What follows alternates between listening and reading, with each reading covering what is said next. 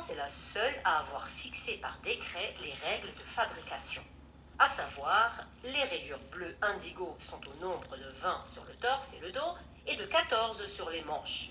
Elles doivent être larges de 10 mm et espacées de 20, car le tricot rayé blanc et bleu fait partie de l'uniforme des quartiers-maîtres et des matelots de la Marine nationale.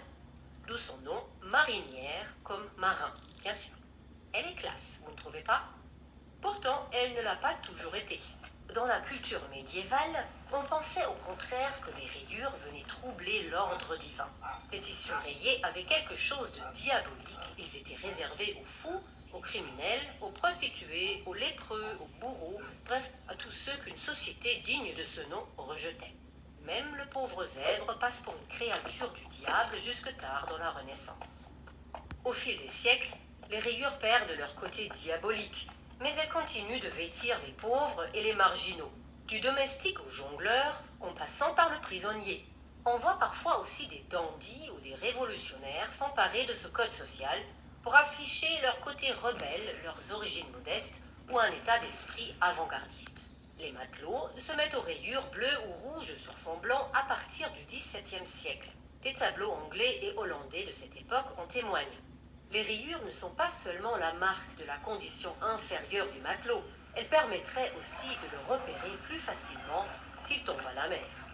En mars 1858, la marinière entre officiellement dans le patrimoine national.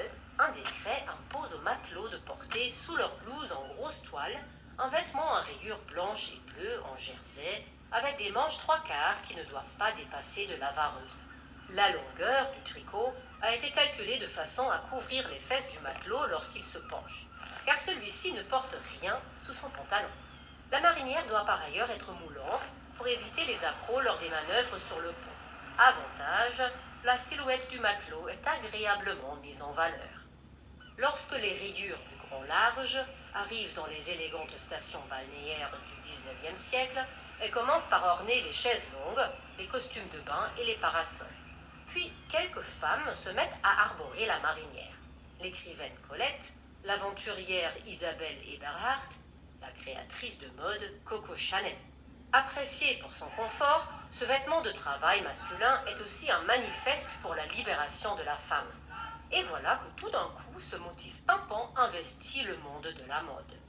Pierre Balmain, Yves Saint-Laurent et Jean-Paul Gaultier font monter la marinière sur les podiums.